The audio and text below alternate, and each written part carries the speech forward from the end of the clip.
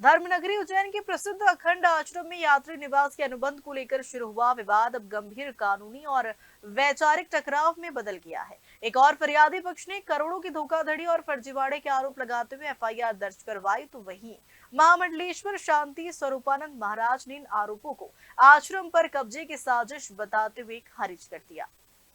फरियादी घनश्याम पटेल और उनके पुत्र सोहेल पटेल का आरोप है कि शांति स्वरूपानंद ने खुद को अखंड आश्रम ट्रस्ट का फर्जी अध्यक्ष बताकर यात्री निवास का अनुबंध किया और लाखों रुपए की धोखाधड़ी की। उनके अनुसार ट्रस्ट के वास्तविक आजीवन अध्यक्ष युग पुरुष स्वामी परमानंद है।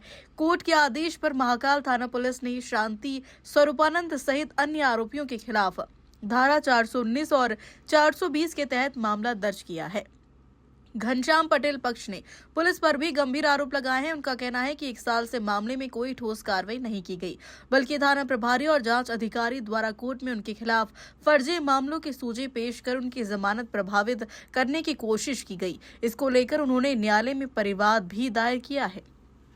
परम पूज्य स्वामी परमानंद जी महाराज ने पत्र लिखा कि भाई हम इसके आजीवन अध्यक्ष हैं, शांति स्वरूपानंद कभी भी अध्यक्ष नहीं था। उस पत्र के आधार पर शांति स्वरूपानंद के खिलाफ, महावीर प्रसाद मानसिंघा के खिलाफ 420 का केस महाकाल थाने में दर्ज है, जो कि मेरे कहने पे नहीं हुआ है।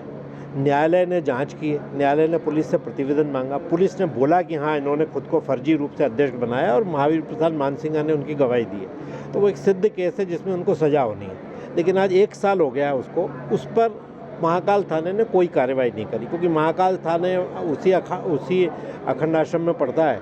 महाकाल थाने वालों को मालूम नहीं क्या वहाँ से लाभ मिलता है। उन्होंने मुझे दबाने के लिए महावीर प्रसाद मानसिंघा की मदद से शाहजहाँपुर में एक फर्जी केस ये पेश कराया कि घनश्याम पटेल हमसे 5 करोड़ मांग रहा है, नहीं तो मैं आपकी अश्लील वीडियो जारी कर दूंगा। और एक नंबर दिया। मैंने उस नंबर की शिकायत कर दी क्राइम ब्रांच में कि भाई कोई मेरा नाम लेके ऐसे लोगों को परेशान कर रहा है। उसकी जांच में ये सिद्ध हुआ कि उस नंबर से तो महावीर प्रसाद मानसिंघा और उनके परिवार वालों की बात हो रही है। और क्राइम ब्रांच इंदौर ने वो केस दर्ज कर लिया। आज 1 साल हो गया। आज कोई व्यक्ति उस कागज़ की जानकारी देने के लिए वो मोबाइल लाके देने को तैयार नहीं। कुल मिला के ये जाँच के बाद सिद्ध हुआ कि महावीर प्रसाद मानसिंघा, शांति स्वरूपानंद, अशोक प्रजापति और इन सब के पीछे मेरा मानना धर्मेंद्र शर्मा, जो मेरी गवाही पे 7 साल की सज़ा पाया हुआ वकील है। हिंदुस्तान के इतिहास में कभी आज तक नहीं हुआ कि 5 वकीलों को किसी न्यायालय ने एक साथ 7 साल की सज़ा दी हो। वो इन सब में इनके पीछे दिमाग है। और वही अभी उसके पिताजी के नाम पे फर्जी आवेदन दे करके कि भाई मैं इकलौता लड़का हूँ, उसकी भी हमने शिकायत की है, बाहर आया हुआ है। तो वो ये सब में पीछे लगा हुआ है और वो ये कर रहा है। तो उसने इनको ये षड्यंत्र सिखाए। एक षड्यंत्र में फेल हुए। महिला से मैंने इंटरव्यू ले लिया, ये महिला ने लीक किया या किसी ने लीक किया होगा। मैंने भी अपनी ओर से कुछ पत्रकार मित्रों को सहज बताया था, उन्होंने किसी को बता दिया हो कि भाई वो महिला आज ये करने वाली है। तो उस महिला को शांति स्वरूपानंद, जूना अखाड़ा इन्होंने घेर लिया, अपने कब्जे में ले लिया, उसको डरा दिया, उसको पैसे दे दिया, मुझे नहीं मालूम। लेकिन उससे नितांत एक झूठी शिकायत महाकाल थाने में दर्ज कराई। कोई भी जूना अखाड़ा का सीसीटीवी देखेगा तो जो मैं बोल रहा हूँ कि उन्होंने ही गालियाँ बकी, उन्होंने ही मुझे बंधक बनाया, वहीं पे मुझसे 1 लाख रुपया मांगा गया, ये सब चीज़ें जैसे ही सीसीटीवी सामने आएगा सिद्ध हो जाएगा। अगर मेरी बात गलत होती तो अभी तक सीसीटीवी सामने आ जाता ना। वो क्यों नहीं आ रहा है कि जो मैं बोल रहा हूँ वो सब अक्षरशः सीसीटीवी फुटेज देखने पे सही सिद्ध होगा। और उसी से डर करके सीसीटीवी फुटेज या तो ख़त्म करवा दिया थाने वालों ने या उसको जब्त नहीं दिया। थाने वालों ने मेरा एक फर्जी रिकॉर्ड बना करके डिस्ट्रिक्ट जज साहब की कोर्ट में अग्रिम जमानत में पेश किया। वहीं महामंडलेश्वर शांति स्वरूपानंद महाराज ने इन आरोपों को सिरे से खारिज करते हुए इसे आश्रम की संपत्ति हड़पने की साजिश बताया। उनका कहना है कि वो पिछले 40 वर्षों से आश्रम से जुड़े हैं और उनकी छवि को बदनाम करने का प्रयास किया जा रहा है। उन्होंने कहा, कार्यकारिणी अध्यक्ष पद से हटाने के लिए यह पूरा षड्यंत्र रचा गया है। क्या आरोप लगाए ये तो मुझे पता नहीं है, पर जो भी आरोप हैं वो बिल्कुल निराधार हैं, असत्य हैं और केवल मात्र साजिश हैं।